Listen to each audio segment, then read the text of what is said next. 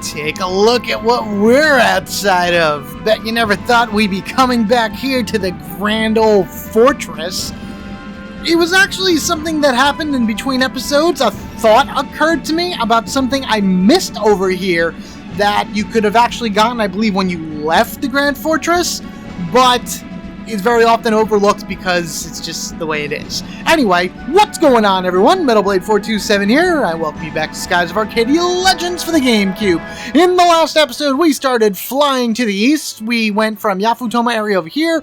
We flew to Ortega, got a bunch of crew members. We flew to Pirate Island, got a dog crew member. We flew the Esperanza, got a drunk crew member. We flew the Maramba and got a psychic crew member. And now we're going to be heading ourselves back to our home base of Crescent Isle.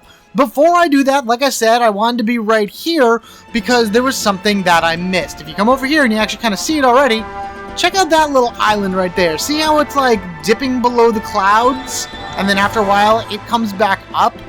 Well, this, my friends, is actually a discovery. This is Mirage Island. Lately, sailors have been reporting sightings of Sailor's Island floating around mid-ocean. They tried to get close to the island, but to no avail. Theory has it that light reflected off Sailor's Island is creating a mirror, a mirage of sorts. It doesn't really look like Sailor's Island to me. It more looks like a piece of land that is being affected by dark moonstones or something along that way, the black moonstones, and it has the ability to rise and lower as it sees fit, considering Sailor's Island is like not even in view from here. You can't even see like the warning, like what is it? The lighthouse. You can't even see the lighthouse blinking from here. So I'm gonna say that those reflections are wrong. This just keeps raising and lowering because that's what it is. And there you go. This was a discovery that you could have gotten that I often miss. Oh, come on. Alright, well, technically I don't miss it. I just forget it's there because once you get out of the Grand Fortress, you kind of just want to run away. Anyway, now that that's taken care of, I will meet you when we get to Crescent Isle. Okay, and here we are. We finally made it back home. And if you happen to notice, oops, wrong way. It's a little bit different than when we last left it. There's like stuff all over the place. It's rather impressive. But it's even cooler up close. Let's land.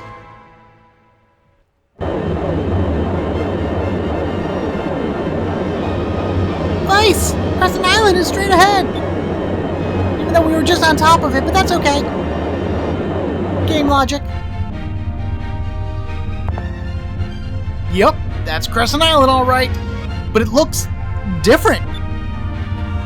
If we reach Crescent Isle by flying east from Yafutoma, that means we sailed around the world!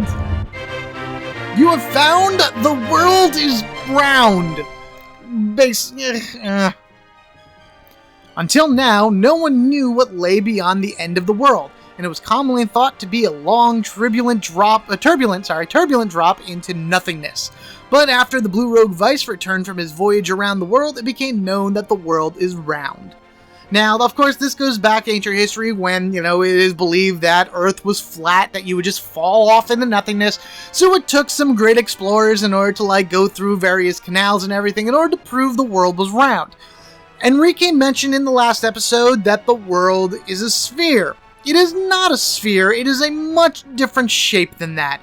I'm going to continue on with the story here a little bit, but when I get control of Vice and everything, I'm going to explain to you why the world is not a sphere.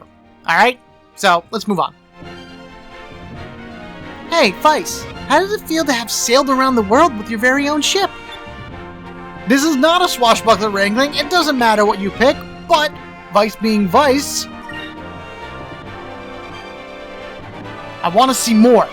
I don't think I'll be happy until I see the whole world. I know there's more out there. To think that we just made it home and Vice is already talking about sailing some more. How typical of him. That looks so cool. Wow! Brahma did a really good job. Or it wasn't Brahma, it was It was the other guy. Man, I can't remember. Ishmael. Ishmael did that. He's the guy that builds stuff. No, he did a really good job at all that. Look at it. So, and there's our flag. Awesome. It looks like there's some new buildings that weren't there before. Ishmael probably built them while we were gone with the money we gave him. I wonder what Crescent Island looks like now. Hurry up and land, Vice. All right. I can't wait to check it out.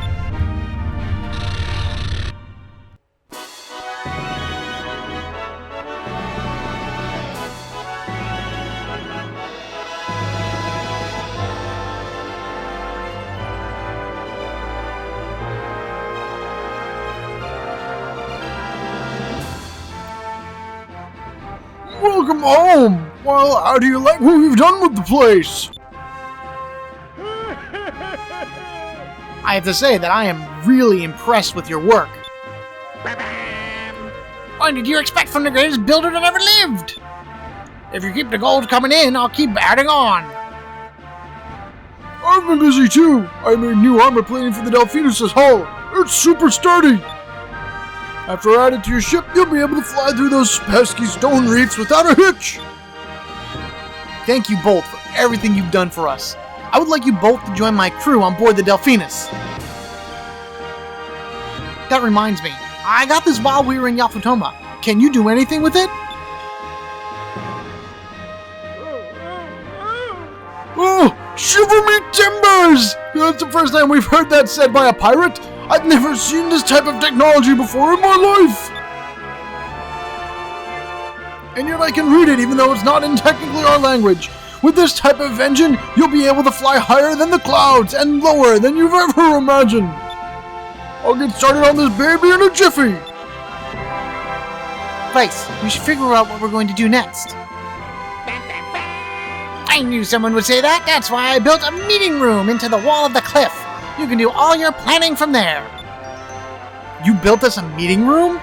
Wow, you're great, Ishmael. Let's go check it out. And with that, we gave the Book of Polarity to, I can't say that, Book of Polarity to Brahman. I don't think he's ever been this excited. Poor old guy almost had a heart attack, so be careful with that. And first things first, Brahman has joined your crew as an engineer. Having him in your active crew will increase your ship's defense. Hans does magic defense, Brahman does basic defense. So he's the reason why he is generally the one that I want on my team once I actually have my active crew members going. And of course, you get him once you return to Crescent Isle after Yafutoma. It's an automatic thing. In addition to him, his buddy, Ishmael, joins our crew as a builder. I still like Kerala better, but Ishmael, having him in your active crew, will increase the destructive power of your Moonstone Cannon, which, honestly, I kind of like better. I do like Kerala. She does have a great ability to replenish your ship's HP, but complete kits do that, and I'll be able to buy them shortly. So with him as my active crew, my Moonstone Cannon will do more damage. And of course, just like Brahman, he joins your crew automatically after coming back from Yafutoma. Oh, already we got it. You know what? Let's go ahead and grab that while we're here. So, here we go. Yeah, there we go. Yoink! Come here, Moonfish. Alright, so there you go. There's our first Moonfish of Crescent Isle. Now that Crescent Island is up to the standards that we should know it from here on to the end of the game, as our base, stuff has started to appear. So there are 2 Moonfish, one of which I just caught, and 2 Chams for us to collect. Oh, man, yeah. This lovely little lady right here is actually a crew member. She looks so timid and crazy, but you know what? She's the last crew member that we need for right now. I'm going to talk to her, and then there's a lot of explaining I need to do. Nice to meet you. You're Captain Vice, right? Says the energetic, bouncy-boobed girl. Captain Clara has ordered me to come aboard the Delphinus and train with your crew so I can be a better gunner. Oh, and my friends Lily and Nara are coming with me. I hope you don't mind. We're a team. We'll take care of your cannons. That's what she said. We're gonna knock those Valuans out of the sky. Sure. And your name is? Oh, I'm sorry, I forgot. I didn't forget my name. I just forgot to tell you. I wouldn't forget my name. That'd be silly. I'm Belle. I don't have much experience with cannons, but I'll try my best. I got plenty to show you, darling. Well, you seem enthusiastic enough. I'll give you a chance, and we'll see how you do. Yes, sir! I will do my best, sir! And unlike everyone else who gets a black screen in the back, Belle has joined your crew as a gunner and just kind of stares at us with all the physics and craziness going on. She's an interesting one. Having Belle in your active crew will increase the damage done by your secondary cannon, which is kind of a reason why I'd rather have her on my team than Kazim, because I fire off my secondary cannons all the time. And of course, once you talk to her after returning from Yafutoma, that's when she will join your crew. So, glad to help you aboard, Belle. We'll meet your two little friends a little bit later. So, with that, actually, I can go to my crew and show you we are missing one person. The one that replaces Ryukan. Again, we're not going to be able to get that person until we're able to fly above the clouds, but isn't that awesome? Our crew is, like, almost complete already. How quick was that? Oh, let's just do a quick show-off things. There's the value of the ship to the right over there where it says gold. What is that, 11 million or something like that? So then if we go ahead and put Miranda in our active... it went up. She increased its value by 10,000 gold. Good for you, Miranda. I'm glad that you could do that, but honestly, it's pointless. Put Pal back on. Put Belle as my main gunner. Perfect. Excellent. Yeah, you know what? I'll figure out everything else a little later. Okay, so there's Belle. That's all the wonder and everything from her. A little bit later, because she's in my active crew, I can come over here, which is actually the Crescent Island ship shop that I walked out of, and you saw Kazim and his friends in there, and they'll be selling me at first, but with her and my active crew, I just need to leave, come back, and then she'll be selling me stuff. Okay, before I move on, I do want to talk about the layout of Arcadia itself. Now, mind you, this is a shape that most RPG games take. Like, it's in Final Fantasies, it's like in Tales of Symphonias, it's in any place where you generally have a ship, because as far as, I guess, making a map goes in these games, it's just easier for the upper parts and the lower parts to connect, as well as the right and the left. Okay, so it may not make so much sense, but here, okay, so here's the map of Arcadia. Full screen map of it, beginning to end, whatever. The north and the south meet, as well as the east and the west. I found this little diagram online that'll show you in motion exactly what I mean. By taking the east and the west, you create like a cylinder, and then by taking the north and the south and connecting it together, it makes what's pretty much called a Torus's shape? Toroidal? It's a toroidal shape. Toroidal is, I believe, how it's pronounced. Or, in layman's terms, a donut. Like, literally, the shape of Arcadia is a donut, and it only works that way with the north and the south touching each other, as well as the east and the west. And it also works in the way that you're able to get from place to place in order to making map travel faster, or else you would take forever to get from top to bottom, because you constantly have to fly over, like, the equator point. And it's pretty interesting, because, you know, Earth is a sphere, but it's not a sphere. If it had this toroidal shape, it would be more like Halo, I guess you can say, from the Halo series. So that's kind of what Arcadia is. It's a donut. Toroidal, Torus, whatever it may be. It's toroidal shape. The scientific tone is a donut. So next time you play an RPG, see if this is the case for yours. If you have the airship or some means to get around the map at your own free will, fly all the way north. If you wrap around to the south and they connect, then it could possibly be a sphere. Fly all the way to the east then, or west, or whatever way you want to go.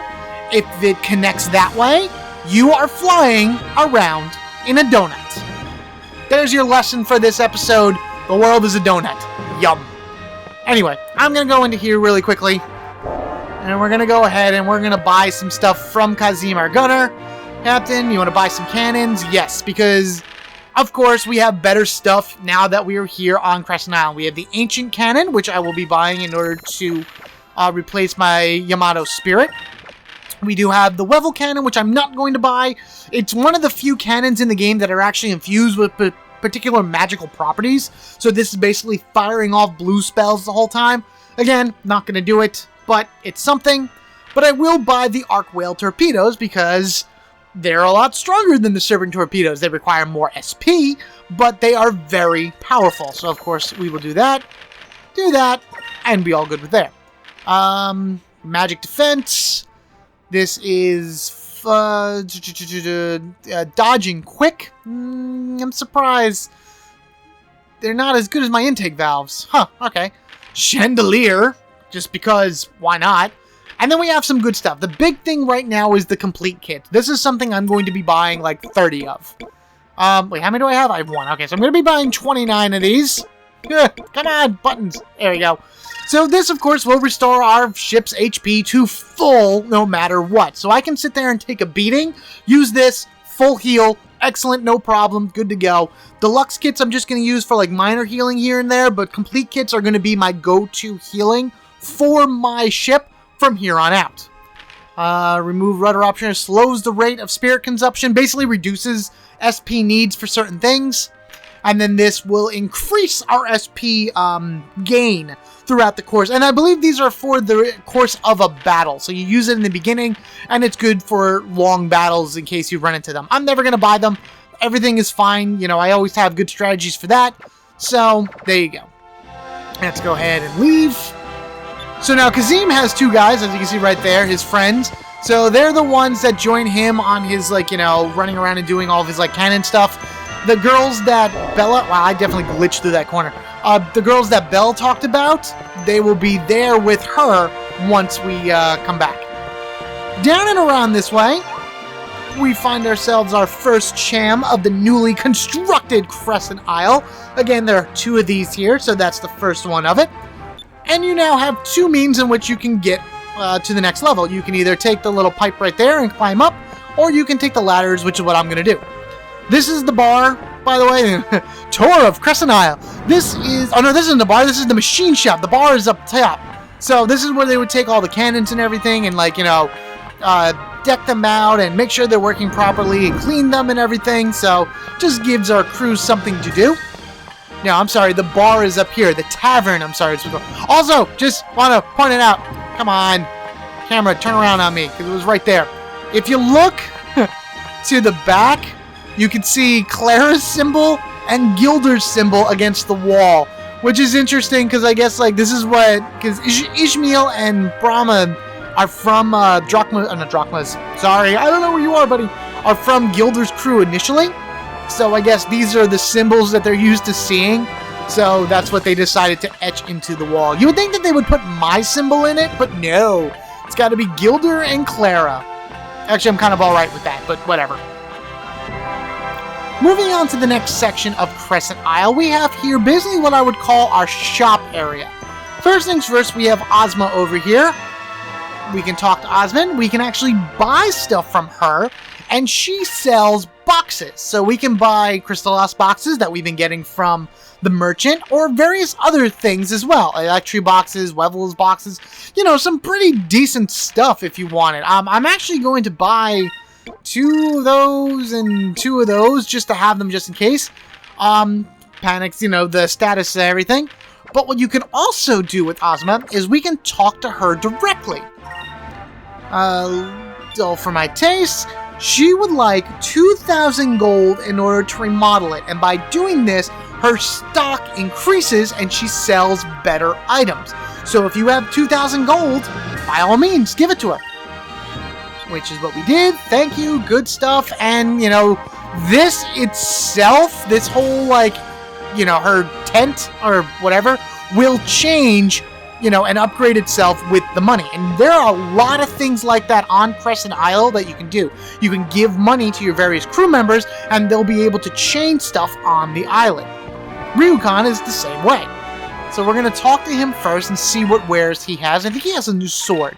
Yes, we have the Wind Slicer, a blade so slender that it's able to be able to cut the very air in half. And of course, it is a stronger weapon for Vice.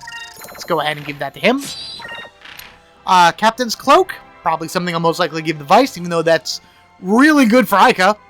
Blessed Robe. Hit, imagine, I don't know. I mean, Enrique's attack goes down by a lot. I may just skip that.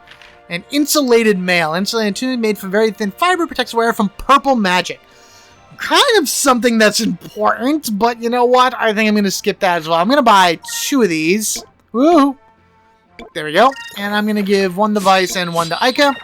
And we also have the Radiant Fur, which actually increases Enrique's main abilities. So let's go ahead and buy that. And we'll go ahead and slap that on him, and replacing his Imperial Crest.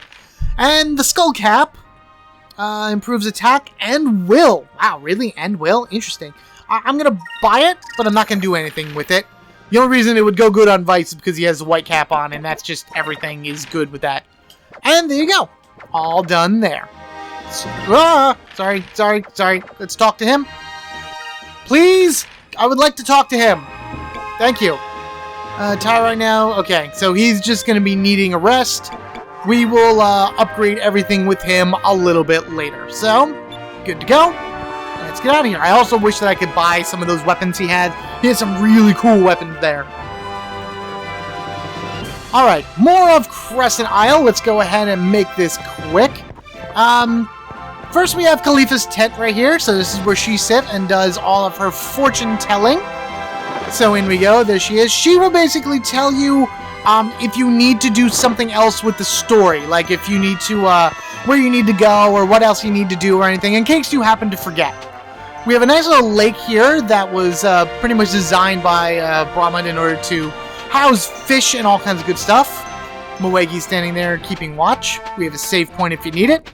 And up here by the flag, if I'm not mistaken, we should have our second Cham. Yep, there we are. Cham number 2 of the newly evolved Crescent Isle. That's the second one here, so that is all you need to grab, so make sure that is in your inventory. You will never lose this, because you'll always be able to find it regardless. Oh man, it just looks so cool. Man, they did such a good job. So that building right ahead of us that Moegi is standing in front of is our dwellings. That's where, you know, everybody sits and they rest and they relax and everything.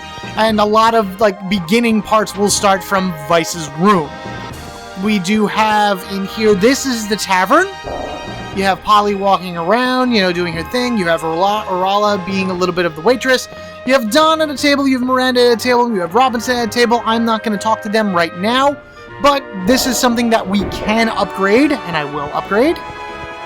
This is like a forging station, I guess. I don't know, or maybe just a wood carving station, something like that. We do have a better stone now for Gonzalez, so that's really nice. Proper burial.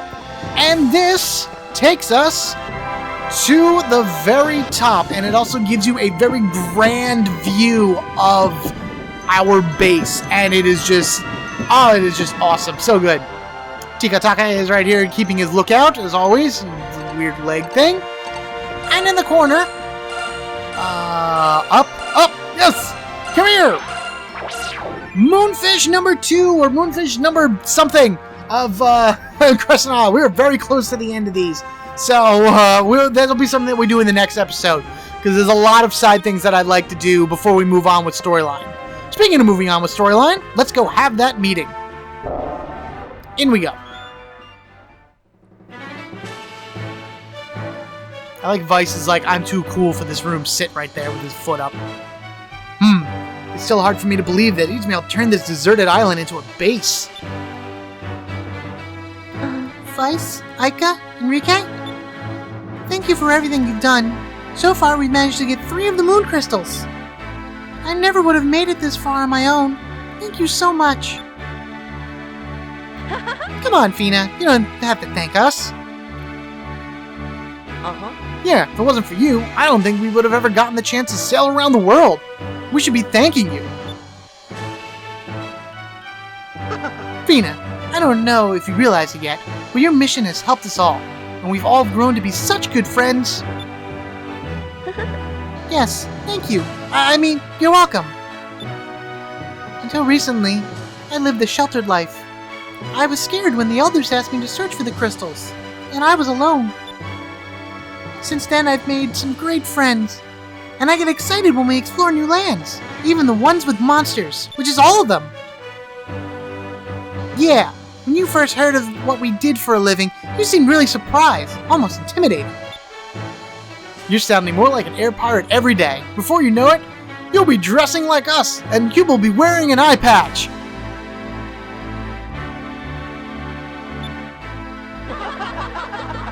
I know, it's a silly idea. That'll never happen. But hey, that reminds me. Do you know where we should go to get the next moon crystal? Yes, I do. To the far south lies a land that basks in the cold light of the purple moon. It is known as the Land of Ice. The purple moon crystal should be hidden there. Land of Ice. The purple moon is the source of power for all ice magic. And because of that, the lands under the moon have become encased in ice. I've heard stories about that place. Some of the others back home used to tell me about the rumors they heard. Yes, another fun image from Aika's imagination, and yes, I will save this image to be used for future title cards. I heard that the air is so cold that anyone who goes there will be frozen solid in a matter of seconds. I don't want to have to chisel you out of the ice vice. Where do you get these stories? First, I was going to catch on fire. Then people are going to eat me with sticks. Now I'm going to freeze? Getting the crystal is not going to be easy, but I think your overactive imagination is getting the best of you. What do you mean? Alright, fine. When you become a Vicesicle, don't come crying to me. I see what she did there. I'm sure everything will be alright. I doubt it's that cold, Aika. Well, according to our Valuan archaeologist, beneath the layer of ice lies the ruins of an ancient city. The ruins have been undisturbed since the Old World. Unfortunately, no one has ever been able to break through the ice. All we've been able to do is observe the ruins from the sky. So we don't really need to go there because it's impossible to get the crystal. Well, I was thinking, Rama said that the hull has been reinforced, right? If the hull is strong enough to break through the stone reefs, perhaps it's strong enough to break through the ice. That might work. We could bust through the ice with the Delphinus. If the Delphinus can get through the ice, then we can get the crystal. Yeah, and it looks like our next destination is to the south, to the Land of Ice. Well, it looks like we've got a long journey ahead of us. I think we should take a rest, the rest of the day off and celebrate.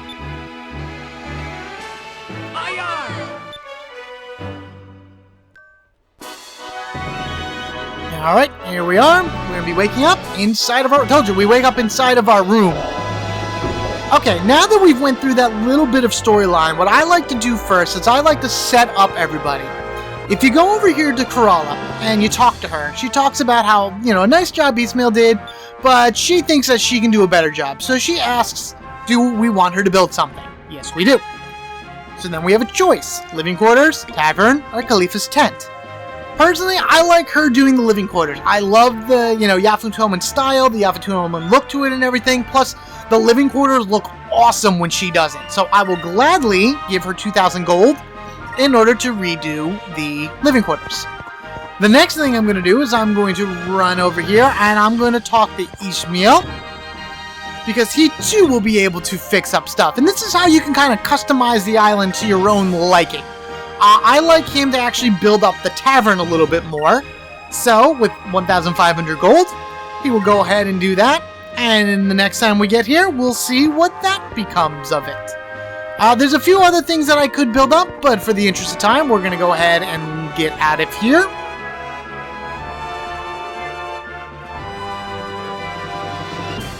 Alright, let's go ahead and head on down. I'm pretty sure that I need to do one little scene. Let's take the poll. I think I need to do one little scene with Brahmad before we leave, and then we'll be able to move on with whatever it is that we want to do. I've reinforced about the ship, yada yada. Okay, cool, very nice. So he is good to go. We'll be able to fly through stone reefs, we'll be able to break through the ice down in the Land of Ice, and we'll be able to find that last moon crystal. Let's head to our ship. And apparently not have the cutscene that I thought I was going to have. Oh well, whatever. Okay, so, yes, our goal is right here, which would be the Land of Ice. However, we will not be doing that. In the next episode, we are going to be heading back to Sailor's Island. That's Shrine Island. Here we go. Back to Sailor's Island. We have a lot of moonfish to hand over to Doc, a lot of items to collect, and then we'll be flying to the west in order to fight Pistol for a third time. After we are done with that, the episode after that, we will be flying to Ixataka in order to take on our next wanted battle. And then after that, we will be flying to Nasser to take on another wanted battle. The wanted battle is important for Nasser. Whoops, wrong thing. Hey. Because, as you can see, Vice has now become the fallen pirate. Something has happened in the world in order to tarnish Vice's name, and we need to fix it. But we'll do all that later in the next one. Thank you all for watching. Be sure to like and comment down below, and if you haven't already, hit that subscribe button so you get equipped with me, Metal Blade 427. It actually also already looks like stuff got built up already. Wow, that was quick. That was odd. But in the next episode, we will be heading over, as I said, to Sailor's Island in order to do a nice several episode of side bosses. Get a bunch of that out of the way, and then we will head south to the Land of Ice and hopefully find the Purple Moon Crystal. You guys have a good one, and I will catch you all later.